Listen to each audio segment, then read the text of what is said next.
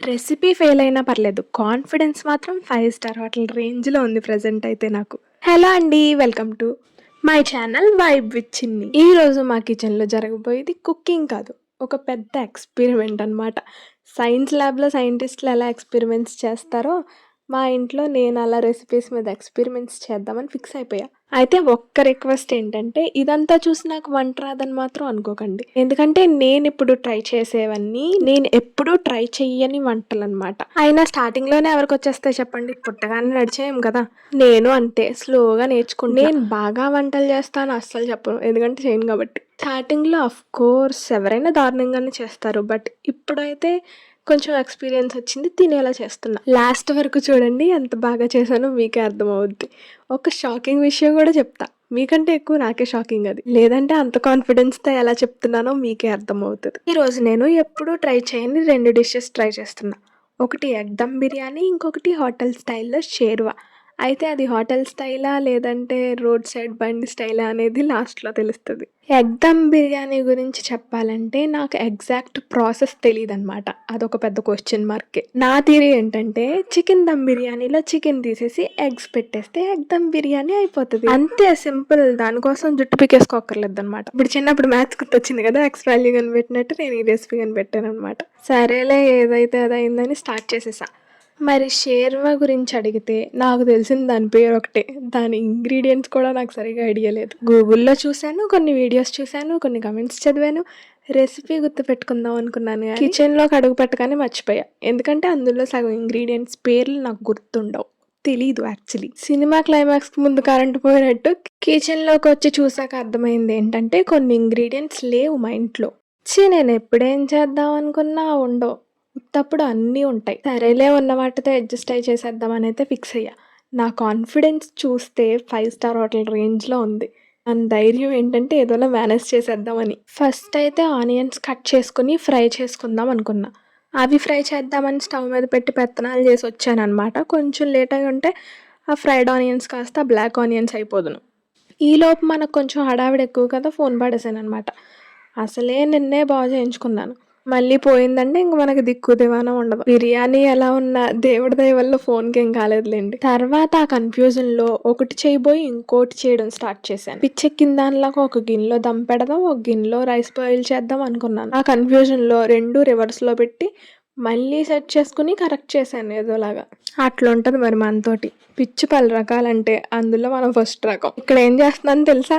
Rice boil చేద్దామని గిన్నె పెట్టి స్టవ్ ఆన్ చేసి ఆ గిన్నెలో డైరెక్ట్ రైస్ ఏసేస్తున్నాను. ఒకేసారి బుస్సుమని వచ్చిందనమాట.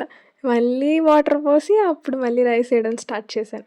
మొత్తానికి ఏదో కింద పైన పడైతే చేస్తున్నాను గానీ సమ్‌టైమ్స్ ఇట్ హ్యాపెన్స్ అంతే. అలా అయిపోతా ఉంటది. మనకైతే ఎప్పుడూ అలానే అవుతుంటది. ఇప్పుడైతే ఎగ్స్ బాయిల్ చేసి బాగా మసాలా పట్టేలాగా ఫ్రై చేసుకోవాలి. ఫస్ట్ వాటికి నాట్లు పెడితే మసాలా బాగా పడతదనమాట.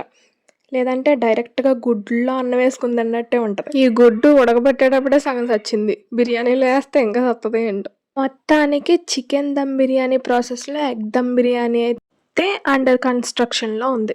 కాసేపటికి ఏదో ఒకటి చేసి దమ్ అయితే పెట్టేసాను గానీ, ఎక్కడో కొంచెం డౌట్‌గానే ఉంది. పైనైతే ఫ్రైడ్ ఆనియన్స్ వేసేసి దమ్ పెట్టేసా. అబ్బా! ఈజీయే కదా! మనకొచ్చిందే కదా! అనుకున్నాను గానీ, చేసేటప్పటికి తల ప్రాణం తోక్కొచ్చింది మొత్తానికి. ఏదో చేద్దామనుకుంటే ఏదో అయిపోయి కన్‌ఫ్యూజ్ అయిపోయాను మొత్తం. ఇప్పుడైతే షేర్వా. షేర్వా రెసిపీ చూసినప్పుడు ఈజీగానే అనిపించింది గానీ, చేస్తున్నప్పుడు మాత్రం ఐఏఎస్ ఎగ్జామ్ రాస్తున్నట్టుంది. అసలేమేసానో, ఎందుకేసానో కూడా నాకే అర్థం కాలేదు. దీంట్లో ఎయాల్సిన మెయిన్ ఇంగ్రీడియెంట్స్ ఏంటంటే పచ్చి కొబ్బరి గానీ, ఎండు కొబ్బరి గానీ, జీడిపప్పు, వేరుశెనగ గుళ్ళు. ఇవి పేస్ట్ చేసి ఏసుకోవాలి.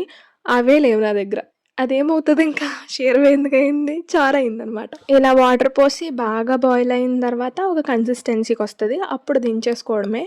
అయితే మొత్తానికి ఉన్న వాటితోనే అడ్జస్ట్ అయ్యి చేసేసా. బడ్జెట్ ఫ్రెండ్లీ కుకింగ్ అనమాట. ఉన్నదాంతో పండగ చేసుకోవాలి అలాగా.